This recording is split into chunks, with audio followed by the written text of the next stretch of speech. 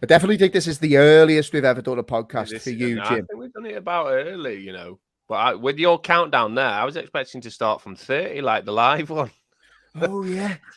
To be fair, people were asking us where the live podcast was on Friday. It's totally my fault. I had a game on Friday, so apologies. The plan, hopefully, is we'll be back doing a live podcast this Friday. Fingers crossed, all being well. Tank, you've been having some tech problems this morning, mate. You still seem a little confused there looking into the camera. Yeah, because the camera looks like it's fucking closer and like it keeps shooting off and going to the blank screen. And the only reason to do this podcast... Whoa, Tank, you've gone. Tank, you've gone. No, I haven't. Hey. The only reason I do this podcast is to look at Jimmy. Who doesn't want to look at Jimmy in the morning? Because everyone feels better than him. If you want to look at me in the morning, all you got to do is ask, mate. You can FaceTime you.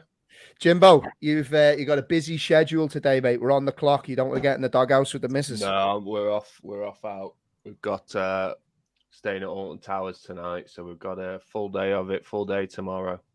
Oof, jeez. I have to admit, I hate rides, fairground rides. I am very much the photo taker and bag carrier. I don't get any enjoyment out of them at all. I love them, but they're not. We don't get all the rides. You get a few of the kids' rides are open. Get to do the mini golf, which we all love. Absolutely love a bit of mini golf, and then we can go swimming today.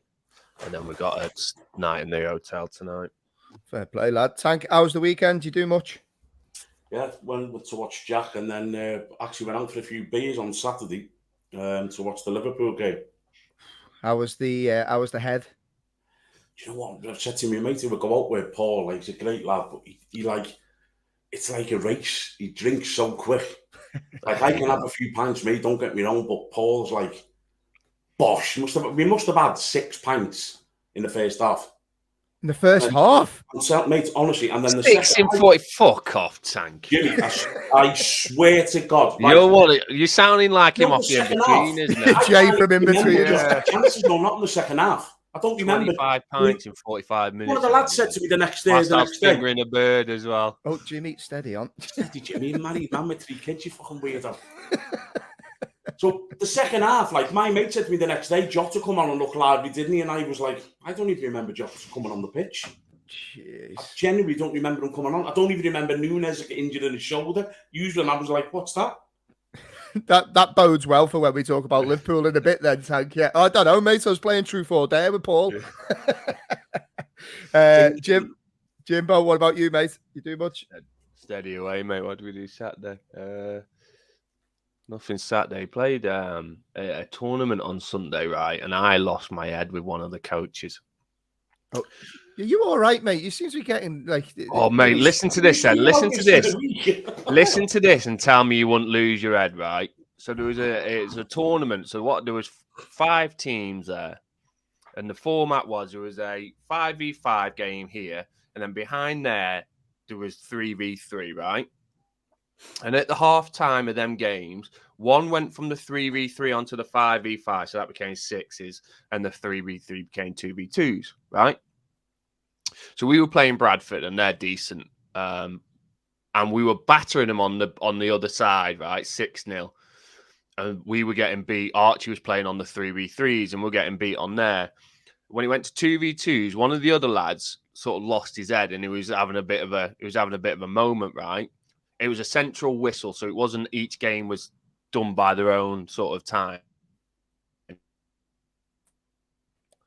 What a time for him to stop there. I know. Mid rant. I know. Are you there, Jimmy? Jimmy, could you come back? Jimmy. I wonder if he realizes that he's frozen or if he's just continuing to tell the story. Worried about him, Tank, and all his rage at football matches. Well, mate, we were only speaking about that, weren't we? About your kids and your coach and that, and now he's fighting coaches and everything. That's what I mean. There's me telling everyone how Jimmy's a real chilled out guy. How did Jack go, Tank, while we wait for Jimmy to come back? How was his game? Do you know what, mate? I must say it was they won 2-1, but it was just the wind was absolutely shocking. Like our goalkeeper was taking the goal kick and it was going to the halfway line and then coming back, and he was basically catching it. Oh, geez. The wind was it was one of them. So do you know what, mate? It was a tough game, and both teams kind of handled it well. Wigan were winning 1-0, Burnley got it back, and Burnley scored direct from a corner with the wind, just whipped it in and went straight in, and they won 2-1 in the last minute. That's mad. Because my son's team were playing as well. We had a game on Sunday morning, and it was exactly the same. So we were playing in a place called Portmarnock, obviously in Ireland, and we were literally like, it was the most picturesque game of football I've ever seen. It was literally on the edge of like a cliff that overlooked the sea, and there was like an island. It was honestly beautiful, absolutely beautiful. But being by the sea, it was ridiculously windy. And I was saying to the lads on the corners exactly what you just said there. We got a left footer. He was whipping him in. I said, shoot. I was like, shoot at the keeper, and lads, go stand on the keeper. And we nearly scored from a couple of those. But no, it's good. Good weekend of football. We're waiting for Jimmy to come back because he's got dodgy internet this morning, so he'll hopefully rejoin in a sec. But I want to start by, we'll leave predictions to when Jimmy comes back, right? Yeah. He was very vocal last week. Very vocal. So it'll be interesting to see how he approaches it today after the weekend's results. But I want to start with Forest, because we've had a couple of people that have kind of reached out off the back of the game and obviously wanted to talk about, first and foremost, what an unbelievable result it was. But second of all, just highlight the quality. And it was actually Marv, long-term listener, who sent us a message and said, lads, can you talk about the quality of the Forest goal? Because if that was City, if that was Arsenal, you know, the pundits would be going wild. I think every single player touched the ball in the lead up to the goal. Unbelievable. It's wrong, because, as you say, if that was Man City, Liverpool, or the Barcelona, Real Madrid, it'd be everywhere saying, look at this. I think it was 21 passes, was it? Every player touched the ball, 21 passes, some great little interaction play, little 1-2s, you know, picking pockets up. And it was just kind of like not spoke about. And for me, it's wrong, you know. Unbelievable goal. And I loved his interview at the end of the game. I absolutely loved it. I don't know whether you've seen it, where he's just like, look, these are the pinnacle of a football side. He said, so all we've done is we've worked all week of staying in the game and just hope we have enough quality just to get that one chance. And it was perfect. I put a tweet out which got a little bit got a little bit of transaction. It said, and it's true, it's great that you've got a small club like Manchester City who can go away to a European giant like Nottingham Forest and get a point, Jamie. It's brilliant, isn't it? Do you know, I seen again a couple of our listeners had sent us videos with the back and forth between the City fans and the Forest fans. Have you seen it? Yeah, it was brilliant, absolutely brilliant. And so, you know what?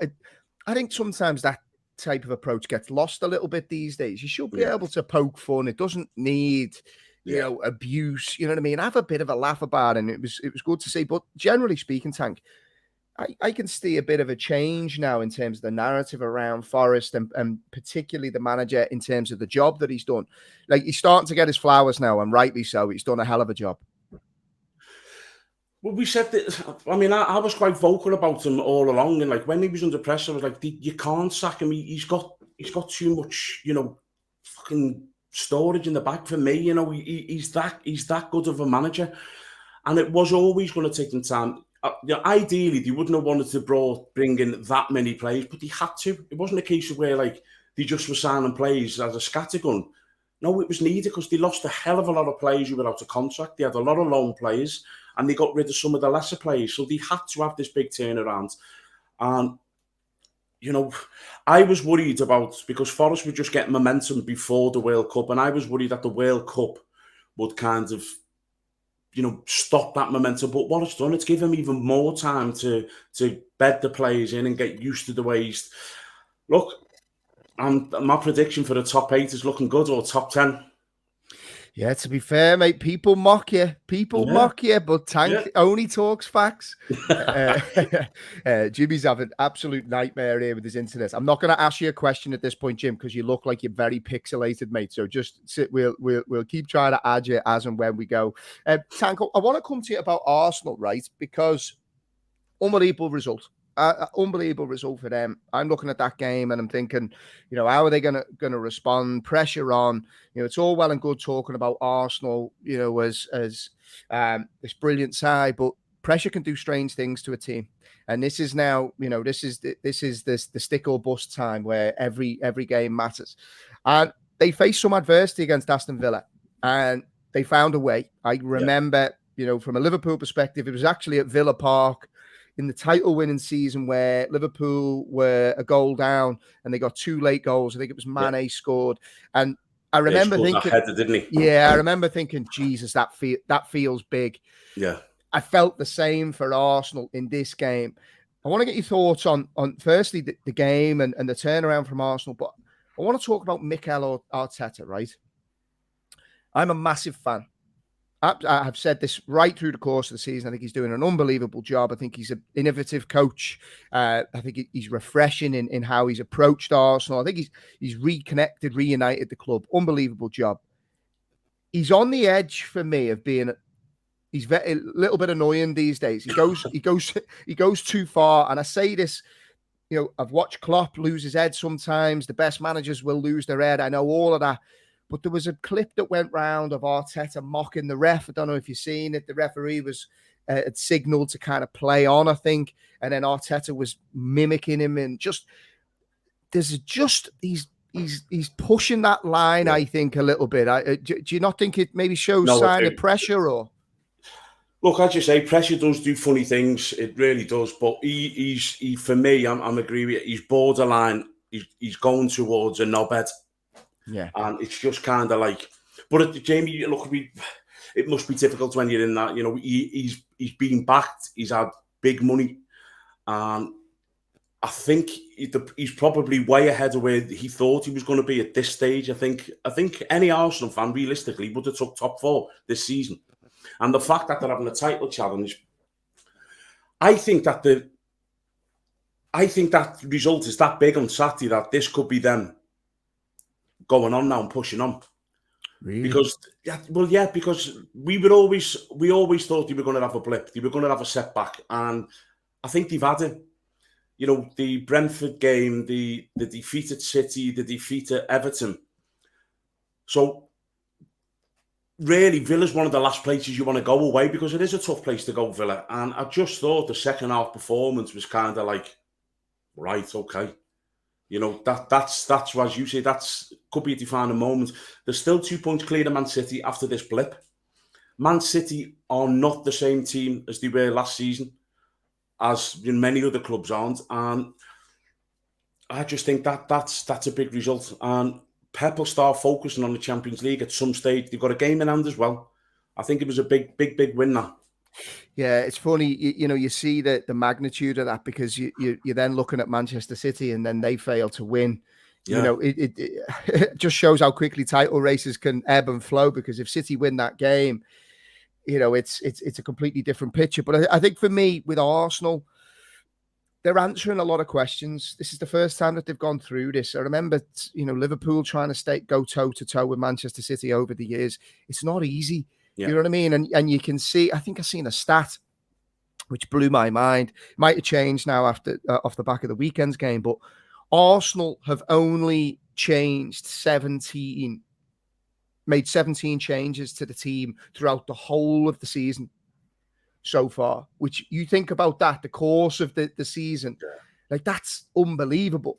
Yeah. I still think in heart of hearts, I think they'll run out of legs. I just feel like at some point they'll run out of legs, and City, who have been there, done this. I still think City are the team to put 10 games in a row. I still think they have that in them. I look at the game against Forest, and whilst it was a brilliant point for Forest, City missed some big chances. Do you know what I mean? So it's not like City couldn't have won that game. They looked, out of form. It could have quite easily been a different scoreline on a different day. But it's going to be interesting to see how this plays out. I suppose for me, when I'm looking at this, and I'm looking at Manchester City in particular, there's been a lot of talk about Haaland. There's been a lot of talk about them not being the same side.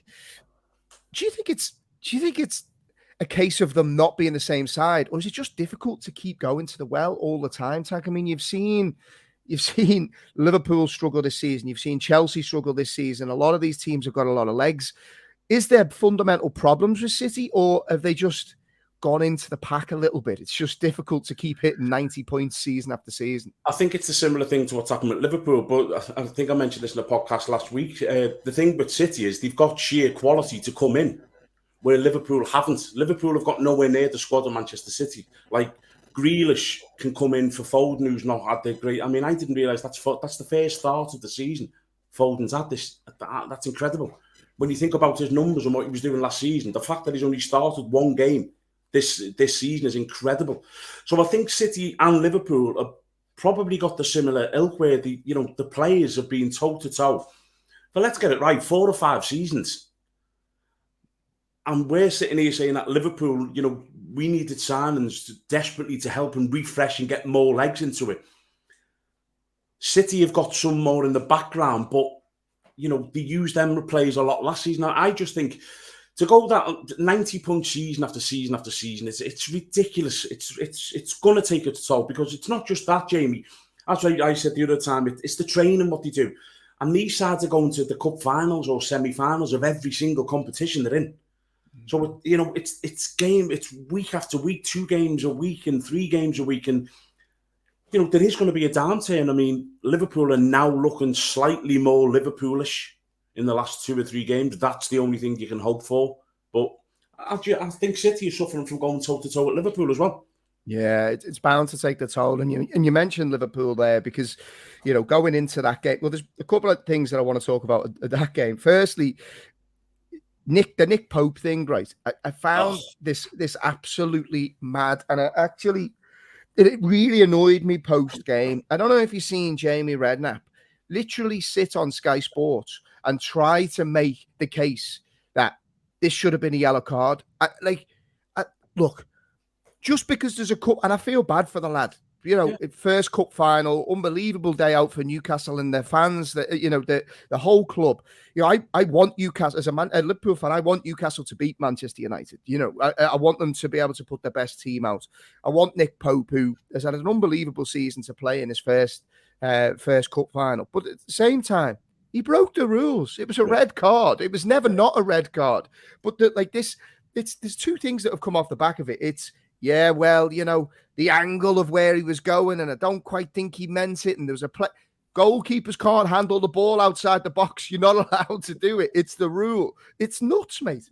I think one of the best tweets I've seen was, I think you tweeted about it, where the fella said he's clearly hit his head, he's concussed. What's your saying? Fuck off, mate. Yeah, I'll be honest. I would love it, because he's a great lad as well. He's a great lad. I've seen him around Burnley. He's an outstanding goalkeeper. He's only conceded 15 goals all season. He's one of the reasons Newcastle have been this good. Tough shit. That's the law, the rules are there. They're not to be changed and say, oh, look, he's a good kid and he didn't mean it. No, it's tough shit. You've handballed outside the box. Salah scores. Unlucky, you've missed the cup final. That's life. Sometimes life gives you lemons. You have to suck them. Yeah, it's honestly, I swear to God, I looked at this and I just couldn't believe, I could not believe that Jamie Redknapp, who the best of times isn't the best pundit. I'm sure he's a lovely lad, right? But he's not a good pundit. And I'm sat there and he's like, it just feels very harsh. And, surely we need to look at the rule. And you could nearly see Rafa Benitez was looking at this fella going, what is this helmet on about?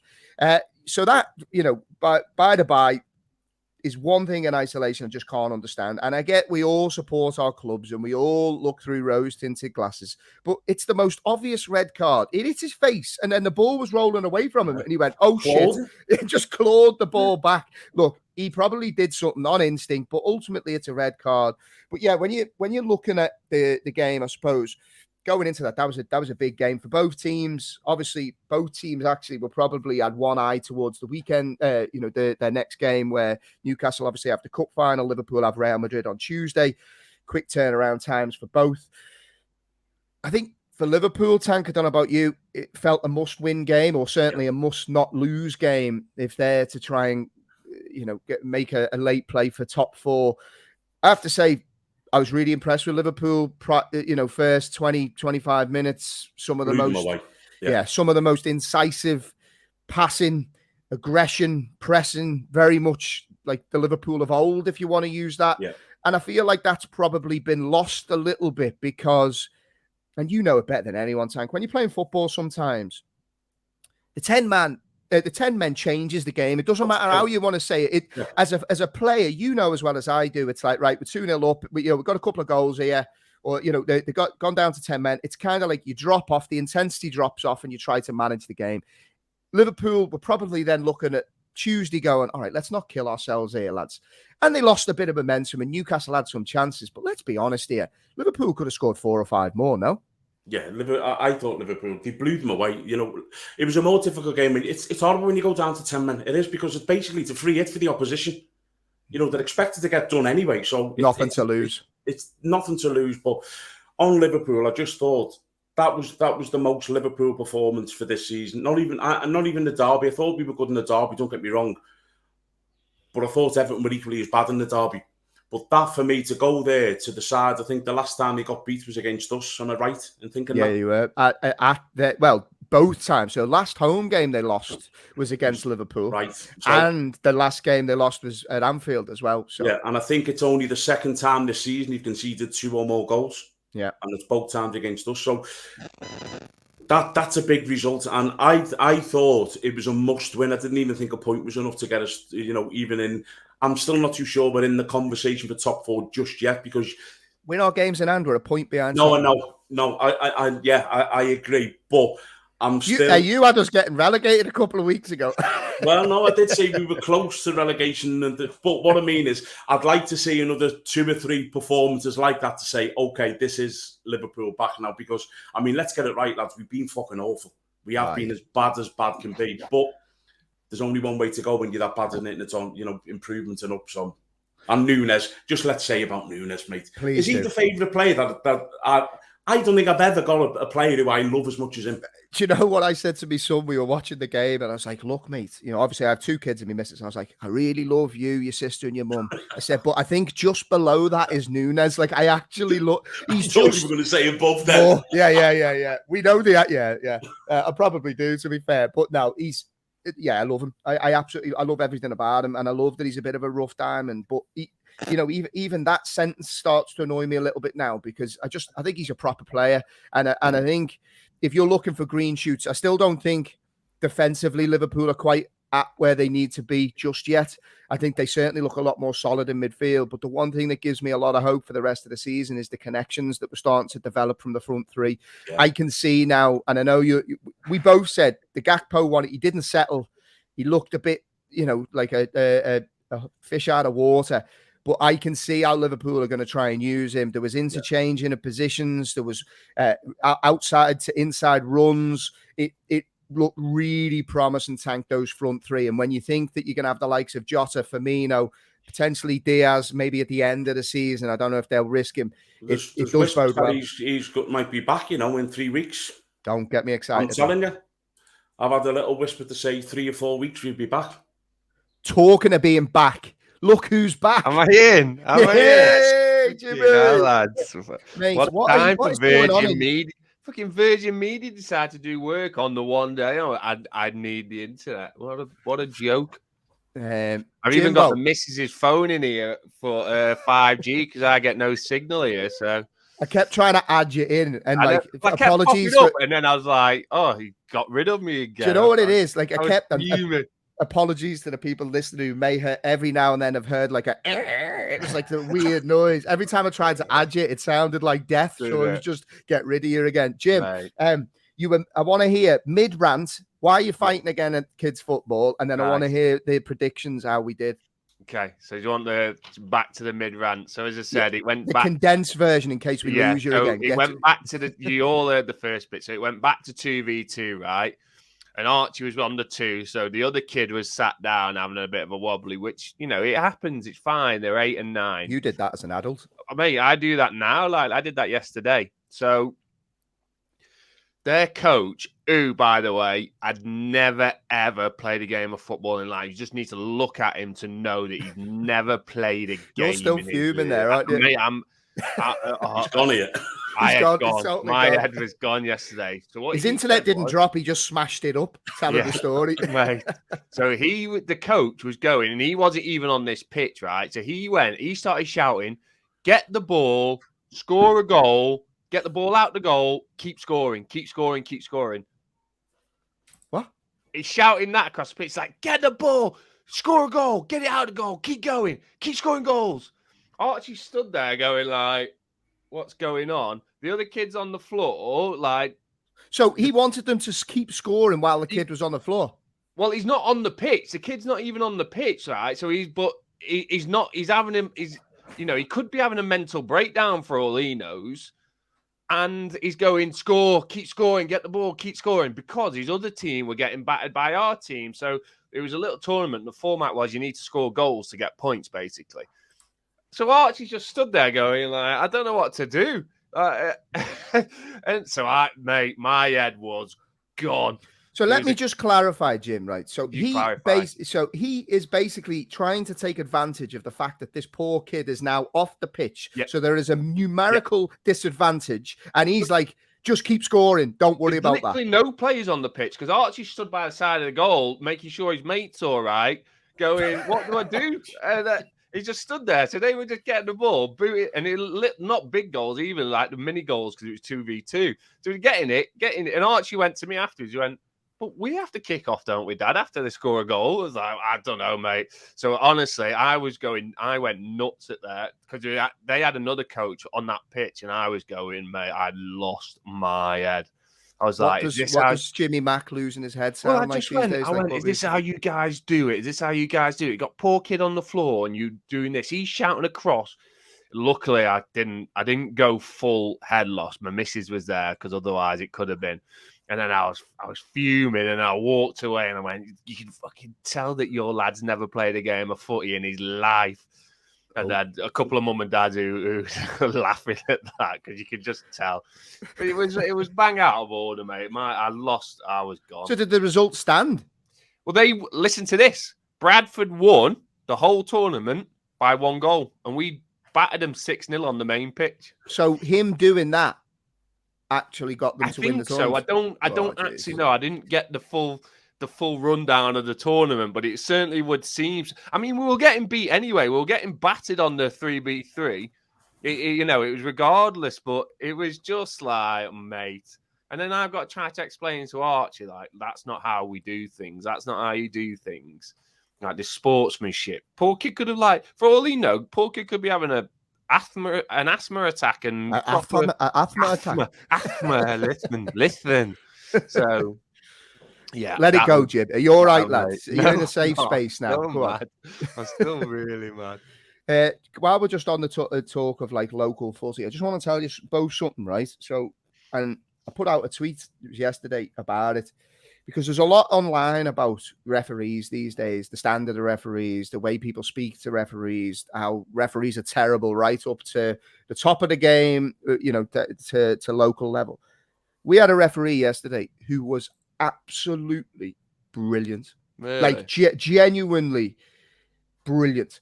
From the way he spoke to the players, was complimentary, was positive, clear, kept coming over and speaking to the coaches to explain decisions. If he didn't quite see something, he's like, "Lads, I didn't quite see that one, but there was clear lines of communication, really positive. Come over at halftime, come over at the end of the game. Was really, really positive to the lads when they were doing stuff in the game. Was having little." I just wanted to make a point on that, because it's so rare, I think, these days. And I think we talk a lot, don't we, Tank, about the lack of quality in the upper levels of the game. Yeah. If we don't protect referees like this lad, who, in my opinion, the way that he was, and I played football my whole life, I know what a good and bad referee is. And a good referee is a communicator. Somebody who you can have a bit of back and forth with, who doesn't treat you like a naughty school kid. Lines of communication. He was brilliant. And if we want to get better referees into the game, we have to call out these type of things. We have to try and give them a platform to go on. So I just have to say, top marks, and Tank, few and far between these days that you see these type of referees coming through. It is. Going back when I was playing, the referees were so much better then. And you know what? Because they used to speak to you. I mean, I've told it many times on, like, when I've done, interviews and podcasts about a referee. I can't think of his name now. And he was a Scouser. Tank doing new podcasts. New podcasts. No, you know when they do like the interviews and that. But back then, Jamie, you could tell a referee to fuck off and just say such, and he just ironed me out because I wasn't having the greatest of games, and I had a fucking right moan and he just went. He said, "Al, shut the fuck up. You're having a nightmare. Stop taking it out on me." And he just went. I went. Oh, I've got nothing. And I went, absolutely done, mate. He said, I thought so, son. But that's that's what you could be with the referees back then. You could say, fuck off, you're fucking having a nightmare, you. Now, I think that these referees now are so far up their own arse. I think that's one of the big problems. They're so far up their own arse, they think they're perfect in every way. You can't talk to me, you know what I mean? You're not good enough to speak to me, or you know what I mean? I just think they're fucking idiots. But lads, come on, what about some of the fucking refereeing decisions on the weekend? Seriously. Yeah, it's getting to the point now, like, and this isn't anti-Man United, because we're going to come on to Man United in a minute, because I actually think they've done Ten Hag is doing a brilliant job, and I think Marcus Rashford is a credit to himself and his club. I think he's arguably the most informed player in Europe at the moment. And I think Ten Hag he actually deserves a huge amount of credit, because I think he's doing a really good job. I genuinely do. So we'll come to that in a second, but I just have to say, someone make sense of the Rashford offside to me, lads, because there's no one. I don't need lines to tell me. I'm looking at it. I'm like, that is clearly offside. He's off. The fucking line. Am I missing something? Has there been like an explanation on this? Because that was a mad one. I haven't seen anything. The thing is like the body parts change and stuff, don't they? They put the lines where they want to put the lines, and sometimes lines sometimes look skewy. It's just because of the way the grounds are and the way the cameras are situated. I don't like how the camera angles change for me. So one ground you get a great camera angle, and then others it's shite. So like, what was I watching? So do you think it's just the angle we're looking at, Jim? I think it's the angle you're looking at, yeah. And I was watching, was it the Champions League, Europa League in the week, and they have that automatic one, you know, where they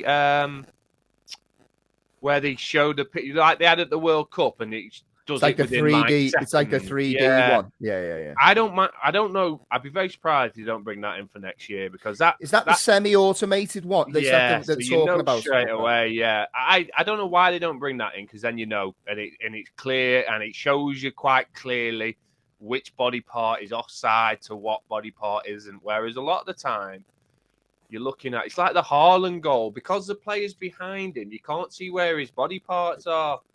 So like, with that being then ruled offside, because there's only that one camera angle, and you go in, well, where do you draw the lines?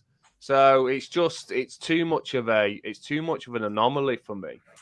Yeah, it seems to leave more questions than it answers, Tank, doesn't it? I think it's becoming a big problem for me. I genuinely think that this VAR is becoming such an issue for our game. It needs to go. I genuinely think it needs to go. Something drastic has to happen, because, I mean, some of the decisions, like at the weekend, did you see the handball for Tottenham? Yeah. Now, lads, on a serious note, in what human can just sit in front of a computer and go, that's not handball? He's played the ball round the corner straight into Kane's path, and his hands down. It's like, it's the most clear and obvious fucking decision ever. And just like, for someone in Stockley Park or whatever it is to say, no, that's not handball. Yeah, the handball one's weird, because I don't know if you're the same, Tank. It seems to me that's the one that I actually just don't understand anymore. Do you know what I mean? There was talk of like natural positions and where your hands are, but like we've seen loads of examples this season where you're looking at that going, that is a handball. That is a handball. Like, he's literally, his arm is out. It stopped it going towards the goal. Was it West Ham? The floor. Was it West Ham Chelsea? The there was the one was it West Ham Chelsea game, which was a really obvious one as well.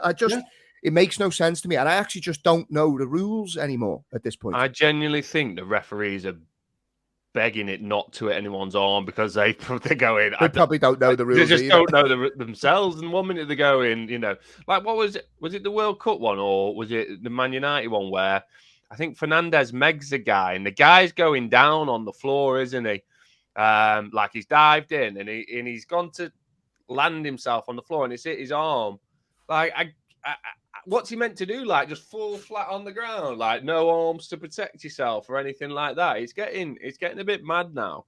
But in that instance, though, Jim, like I'd argue, this is where it becomes difficult for me. I get the natural position. So you're saying, okay, if you fall, you have to put your arm down. But I'd still argue, though, that's in my head, that's still handball. It was handball. I agree with you. I do think it is handball. But my point is like, it was the old Gabriel one, wasn't it, against Liverpool, where his arms up here and it didn't get given. So, but they apologized about that, Jim. So it's all okay now. And then the next week there was another handball, and they gave it. That was very. It's all. I think it's just made up. I genuinely think the game's made up. There's no such, like, before you knew it was either ball to hand or it was a genuine handball. Like, if it was an ambiguous like decision, then you can live with that, can't you? You can live with a genuine mistake, like you say, with the referees, as long as they own it up and go, look, I didn't quite get it, a genuine mistake or whatever. But like you say, it's all VAR, it's all made up, it's all refs being refs. I don't know where we stand anymore. It tells you there's a problem with the game when on Sky Sports now every Monday morning we have ref watch. Yeah, for me that tells you everything what's wrong with the game. Yeah. Everything, because they're going over all of the wrong mistakes, what's happened over the weekends, and that's every Monday morning. It's fucking comical. And if I have to listen to Dermot Gallagher try to help his mates out and explain decisions that are like, when your kid's been bold, right, or your kid's been naughty, and you know that they're just they're lying to you or they're trying to spin something so they don't get in trouble. Like when I watch Dermot Gallagher on that ref watch, it's like the hoops that he tries to jump through to try and defend it, and it's like, no one is buying what you're saying, mate. We know this is a big load of bollocks. I think we're idiots. Stop treating us like idiots and just go, yeah, it's a bad one. Yeah, we need to be better. It makes zero sense. And again, like going back to that ref at the weekend there was one tackle, and to be fair, the lad caught our lad from behind and he didn't play the ball. It was a bit of a naughty one, but look, he was trying to play the ball, but he went through the man. But the angle that the ref was at, he couldn't quite see it, and he didn't actually give it. And he was like, look, the angle I was at, I couldn't see it. Sorry if I missed that one. And he went over to check on the lad. And you're like, if someone says to you in any walk of life, kid says to you, anyway, sorry, I didn't quite. You can't say anything back, best. Can you? You can't go, for fuck's sake, but what? You know what I mean? I'm doing my best here. And that's where I think it, like Tank you said before, where you used to be able to have a bit of banter or a bit of back and forth with refs. If a ref turns around and goes, has a bit of a pop at you, or they go, look, I'm doing my best. I thought it was this. I might be wrong. End of conversation. There's no nonsense then. But it's just these lies and this spin that they give us game after game, or the changing of decisions. Gabriel isn't a handball one week, then the next week the same thing happens and they give it. It's just an absolute shit show, basically. But that takes you back then, Jamie, what you're saying about the kid who was refereeing your game, that takes you back to like getting shut to VAR, because it's just human error. If he comes out and he goes, I missed it. Sorry, this I is missed the it. thing, though, isn't it? What irritates me is when it's going to Stockley Park and these fellas are watching it and watching it and watching it back, and they still come to the wrong decision. That's a massive problem. Yeah, it is. It is, right. There's two things I want to finish on, lads. We'll do predictions last, Jimbo, because I want to see it's the race at the top is hotting up. I'm told, right? Top, yeah, well, it's fairly even. Is it a lot? How even is it? It is. Tinterweb will go off when we're just at the time. I do want to finish though with, we touched on it a little bit there, right? I want to give him some flowers, and look, I'm a Liverpool fan, so it's not easy for me to do, but Jim, Ten Hag's doing a good job at United. They're a different team now. I certainly think they had, and Tank, you touched on it earlier in the season, they had a handy, the question was, they've had a bit of a handy run of fixtures, and, let's see how they are churning out results, Manchester United. I have to say, I was really impressed with how they went about the Barcelona game. And the reason why I was impressed about it's a difficult thing for me to say this, because it's Man United. I actually kind of like Ten Hag, and that's annoying. I don't want to like him, but as the football fan in me, I like how he talks. And he said that he wanted United to go there and play like Manchester United. There was none of this like, let's shut up shop. Let's try. He went for it. He went toe to toe. It was refreshing. He was talking about identity. He's doing a good job at Manchester United, and I think he's starting to turn turn the screw there. And if they make some good, good additions to the squad, there's talk of takeovers. You can now see the runway for Manchester United where they go back to the top, can't you, Jim? Oh, yeah, definitely. I mean, I was sceptical on Thursday with the Barcelona game. I thought I did think they'll get turned over now. They got a good result over there, 2-2. And people will say, oh, it's not the same Barcelona. Barcelona are 8 points clear at the top of the league, by the way. Like they're no flying. mugs. So, then, the thing is, they've got all this cloud surrounding them, and they think that they've still got great side. You take a lot of them players in a heartbeat in any of your clubs. So it's a Champions League game, whichever way. I know it's in Europa League, but it's a Champions League game in reality. Absolutely. And what Ten Hag's done is, the first thing he's done, he's got rid of Ronaldo. That's cleared the air within the club, and that dust has settled now. They brought in Casemiro, who's seemingly pulling all the strings. The best signing Man United have done is Benny McCarthy. Benny McCarthy has absolutely transformed Marcus Rashford. And what they've also done, they were talking around it yesterday, is they've not got Marcus Rashford playing from the left, doing doggies up and down, wasting his energy. Yesterday they had Garnacho on the left. I can't remember who's playing on the right. And they had Weghorst he was doing all of Rashford's doggies. Because you don't mind him getting tired, you'll bring him off. He's not gonna, he's not gonna take 10 players off and score your hat trick. He's doing all the hard graft for Rashford.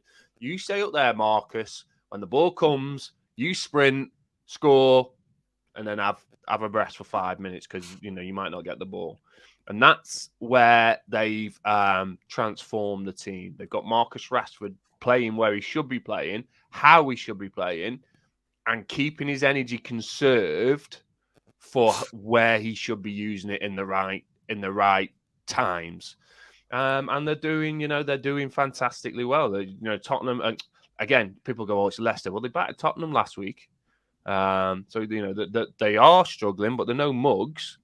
So for me, I just think there's a couple of areas where they can strengthen, but they look decent. And yeah, they get someone else. I don't think Weghorst was the answer. I think if they could get someone else in there to do more and help out a bit more, I think they transform that team again. But even the Weghorst signing, Tank, a lot of eyebrows were raised. I think he's kind of used him in the 10 position sometimes as well. Like, you have to say that is a really smart bit of business, because he reminds me, and I know it's in a slightly different position, but the way you used to talk about Liverpool's midfield, and it was like, what does Ronaldo do? Or, you talk about a lot these days of system type players. It's a cog in a machine that allows other people to do sprinkle the stardust, which, as Jimmy's just said there, very eloquently, I may add, Jim, about Marcus Rashford. It just shows that this manager's no mug. He's got a very clear way that he wants to do things. If the right player wasn't available, he's come in, he's got a smart bit of business, which will then allow them to go on in the summer and spend well. I suppose it might be hard for you to do, but is it time to give him a bit of credit? No. Absolutely not. Jimmy's just said he went to Barcelona. He was a great side and got a result. You tell me who's great in Ter Stegen, Araujo. By the way, Conde, I'm so happy Alonso. you're going to try and spell all these. Yeah, you're going to try and say all these names. Seriously, you tell me which players are great out of that side. That's one of the worst Barcelona sides. No, go on, do the names. You've got to do the names. Tell me who, and I'll tell you who. Kondu, the little dwarf centre half. Kunde, but close. Marcus Alonso, Chelsea reject. Jordi Alba, finished. Gavi and Pedri. He's not finished, he's Spanish. Two good players, Pedri and Gavi. Kessie, no one wanted him. They signed him on a free transfer, and they've tried to get rid of him to absolutely every Premier League club since he signed in the summer. Rafinha from Leeds, the manager come out and slaughtered him and said he's been shocking. And they've got Robin Lewandowski, who's 35. So where's that a great side? Mate. Tell me that. Are you sure? Leicester City should have been 4-0 up at half-time. He absolutely battered Manchester United from pillar to post. The manager come out and said, we are so fortunate to come in front of half-time. They've got the most informed forward in world football at the minute. Take him out that side, that Man United side is bang average. Bang average. That coupled with he spent 300 million. Fucking hell. and they've got an 85 million fidget spinner who can't get in the squad. So, yeah, he's transformed the club. But I tell you what, when Chelsea, Tottenham and Liverpool all come back next season and Man City do, they won't be in the picture. So you can't give him any credit for I'm not saying he can't have any credit, Jim. I think what he's done, he said he's galvanised the club. He's got the fans and he's got the team together and they're churning out results. Yeah, I fully agree with you. But I'm not being funny. Let's get it right, lads. They should have got beaten on by Leeds. They come back and got 2 late goals.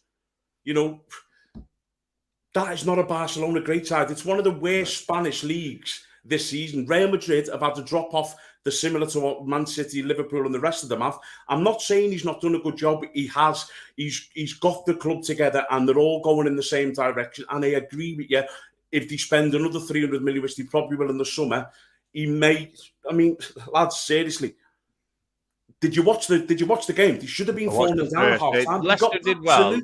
But isn't that the sign of a good team, though? Like, I don't believe they're a good team, Jimmy. I don't. I genuinely don't. If you took Marcus Rashford out that side, there's like, you know, we're talking about injuries to key players, what Liverpool have had, and other, you know, Man City have had a few key players out injured.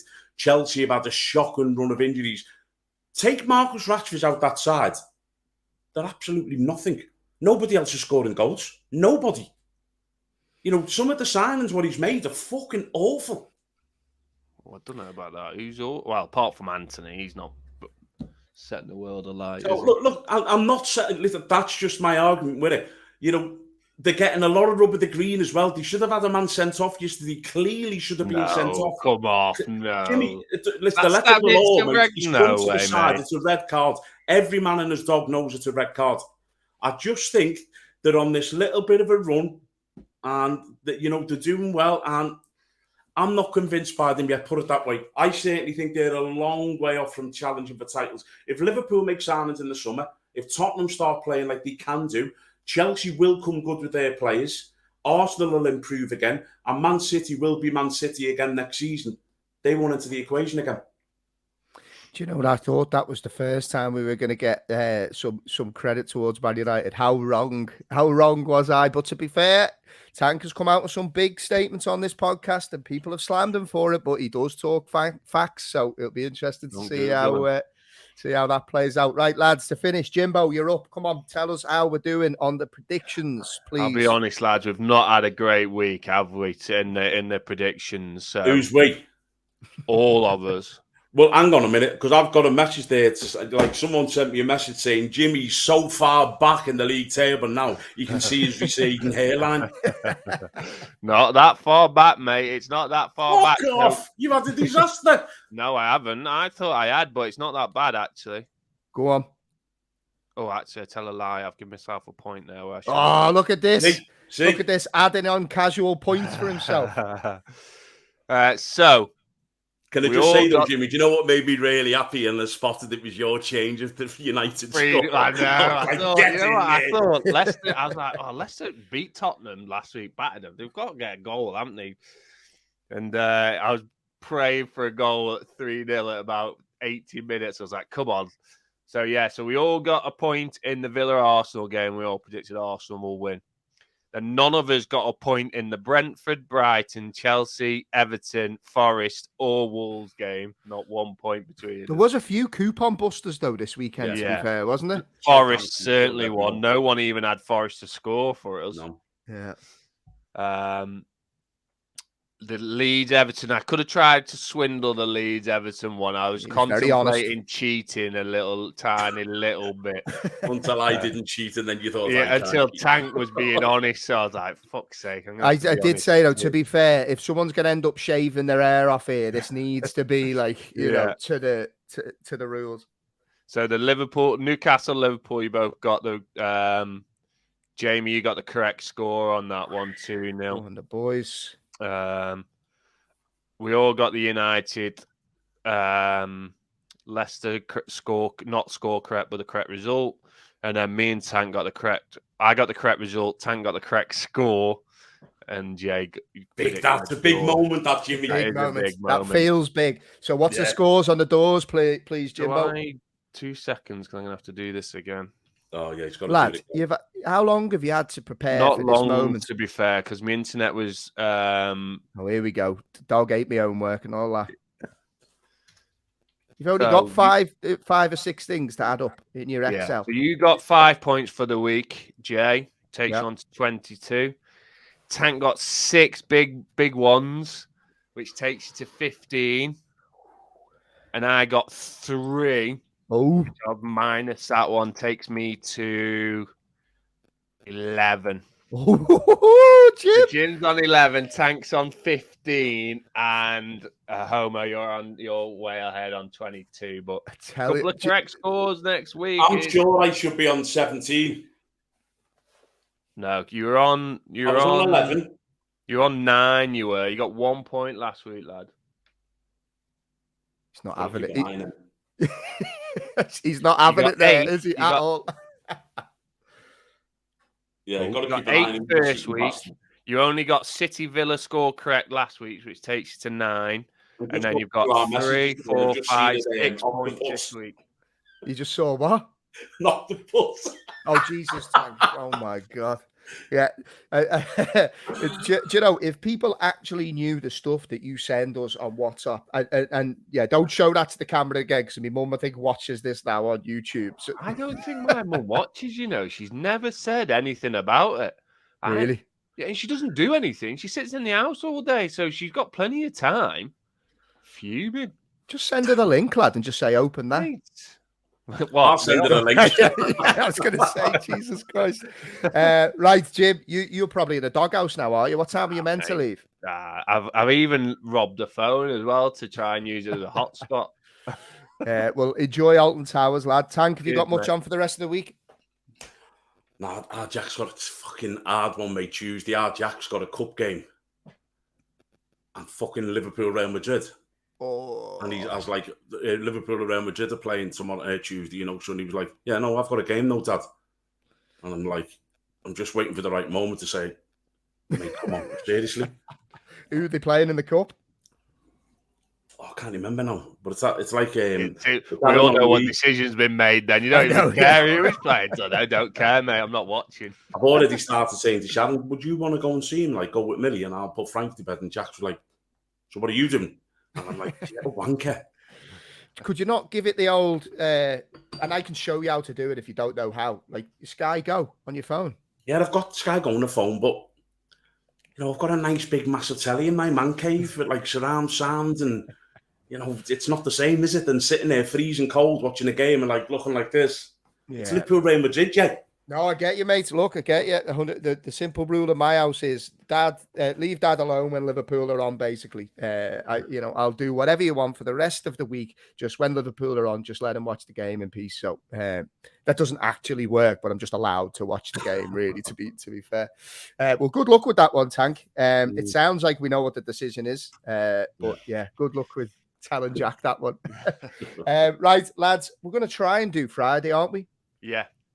Yeah, we all good. Jimmy, I've got no training. Archie's got no training because it's half term. So, okay, right. I need to find that. So, shout out to the over 35s. We won in the quarterfinal on Friday. So we're in the semi-final this. No, not this week. Not this week. But we might. I think our semi-finals this weekend. I'm just trying to see whether it's on Saturday or Friday or Saturday. So once I know that, we'll plan when we do the live show. But right, lads, gotta go and do the day job. So pleasure as always. Everybody that's listening, that's supporting, keep doing what you're doing. The support that you give us each week really does mean a lot. So please do keep your messages coming. Tell your mates about the podcast, or leave us a rating and review, please, if you haven't done so. Wherever you get your podcast, if you could, that would help us massively. But most importantly, enjoy the rest of your week, and we will be back with you later on this week on the Boot Room Podcast. All the best. Cheers, lads.